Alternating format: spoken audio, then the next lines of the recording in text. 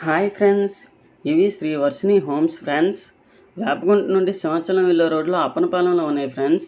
ఇందులో 840 ఫ్లాట్స్ ఉంటాయంట. ఇది ఎందుకు పోస్ట్ చేస్తున్నా అంటే వీటిని చూడగానే నాకు ఒక చిన్న విలేజ్లా అనిపించింది. వీటిలో కిరాణా, స్టేషనరీ, మిల్క్, హాస్పిటల్, స్కూల్ లాంటి ఫెసిలిటీస్ కూడా ఉన్నాయంట. ఒక విలేజ్ ఎలా ఉంటుందో ఇది అలానే ఉంది ఫ్రెండ్స్. నాకు ఒక డౌట్ ఫ్రెండ్స్, వీటిని ఒక స్టేట్ అనుకుందాం.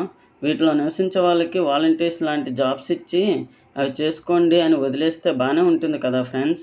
వీరిలో వీరే జాబ్స్ చేసుకుంటూ ఉన్న మనీ అంతా వీరికే ఎక్స్చేంజ్ అవుతూ ఉంటుంది. కానీ బయట ప్రపంచంతో పాటు డెవలప్ అవ్వాలంటే ఇది సరిపోదు కదా ఫ్రెండ్స్. కంపెనీస్, ఇన్వెస్ట్మెంట్స్ రావాలి.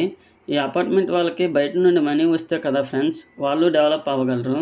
లేకపోతే రోజు రోజుకి మనీ అనేవి వీళ్ళ అపార్ట్మెంట్ నుండి power bill, gas bill, food ఐటమ్స్కి, హౌస్ ట్యాక్సెస్కి, చెత్త పన్నులు లాంటి పేర్లతో బయటికి వెళ్ళిపోతే తర్వాత వీళ్ళ దగ్గర మనీనే ఉండదు కదా ఫ్రెండ్స్.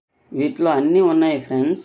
వీటితో పాటు చిన్న చిన్న కుటీర పరిశ్రమలు లాంటివి ఏర్పాటు చేసి అందరికీ ఉపాధి కల్పించడం, సోలార్ ఎనర్జీ ప్రొడ్యూస్ చేయడం, లేదా చిన్న చిన్న ట్రీస్ పెంచడం, కూరగాయ మొక్కలు పెంచడం లాంటివి చేస్తే చాలా బాగుంటుంది కదా friends.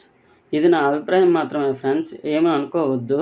Thank you for watching friends. Please like, share and subscribe.